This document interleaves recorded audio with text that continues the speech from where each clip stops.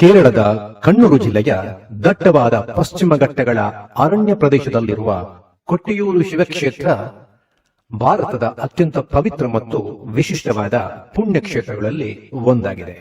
ಇದನ್ನು ದಕ್ಷಿಣ ಕಾಶಿ ಎಂದು ಕರೆಯಲಾಗುತ್ತದೆ.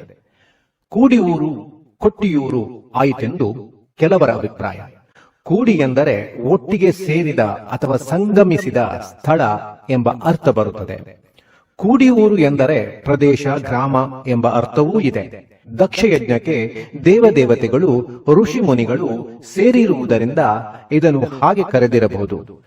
ಕೊಟ್ಟಿಯೂರಿನ ಶಿವಕ್ಷೇತ್ರದ ಇತಿಹಾಸವು ಹಿಂದೂ ಪುರಾಣಗಳ ಅತ್ಯಂತ ಪ್ರಮುಖ ಘಟನೆಯಾದ ದಕ್ಷಯಜ್ಞಕ್ಕೆ ನೇರವಾಗಿ ಸಂಬಂಧಿಸಿದೆ.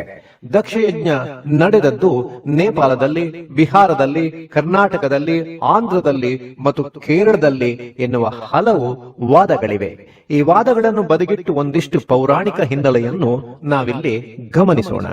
ಸ್ವಯಂಭೂ ಮನ್ವಂತರದ ದಕ್ಷನು ಬ್ರಹ್ಮನ ಮಗ.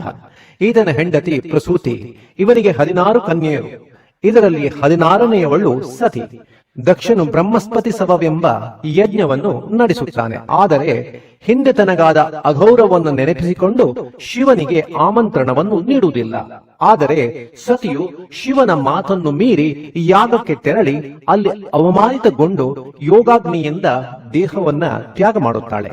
ಈ ವಾರ್ತೆಯನ್ನು ತಿಳಿದು ಶಿವನು ಕೋಪಗೊಂಡು ಆತನ ಜಟಾಜೂಟದಿಂದ ಒಂದು ಹಿಡಿ ಕೂದಲನ್ನು ಕಿತ್ತು ಬಂಡೆಗೆ ಬಡಿಯಲು ಭಯಂಕರ ರೂಪನಾದಂತಹ ವೀರಭದ್ರನು ಹುಟ್ಟುತ್ತಾನೆ.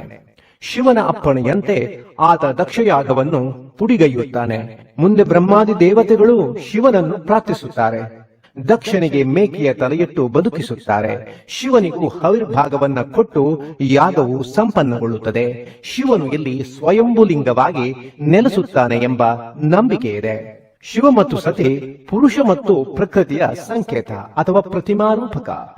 ಭೇದವಿಲ್ಲದೆ ಅಭೇದ್ಯವಾಗಿ ಒಂದಾಗಿರುವ ತತ್ವ. ಶಿವನ ಸ್ವರೂಪವನ್ನು ವರ್ಣಿಸುವ ಒಂದು ಶ್ಲೋಕದ ಅತ್ಯಂತ ಆತ್ಮಿಕ ಅಂಶಗಳು ಹೀಗಿದೆ. ಪೀಠಸ್ಯ ಧರಿತ್ರಿ ಜಲಧರ ಕಲಶಂ ಲಿಂಗಮಾಕಾಶಮೂರ್ತಿಂ ನಕ್ಷತ್ರ ಪುಷ್ಪಮಾಲ್ಯಂ ಗ್ರಹಗಣ ಕುಸುಮಂ ಚಂದ್ರವಹಿನ್ಯ ಅರ್ಕಂ ನೇತ್ರಂ ಕುಕ್ಷಿ ಸಪ್ತ ಸಮುದ್ರ ಭುಜಗಿರಿ ಶಿಖರಂ ಸಪ್ತ ಪಾತಾಳ ಪಾದಂ ವೇದವಕ್ತ್ರಂ ಷಡಾಂಗಂ ದಶದಿಶ ದಿವ್ಯಲಿಂಗಂ ನಮಾಮಿ.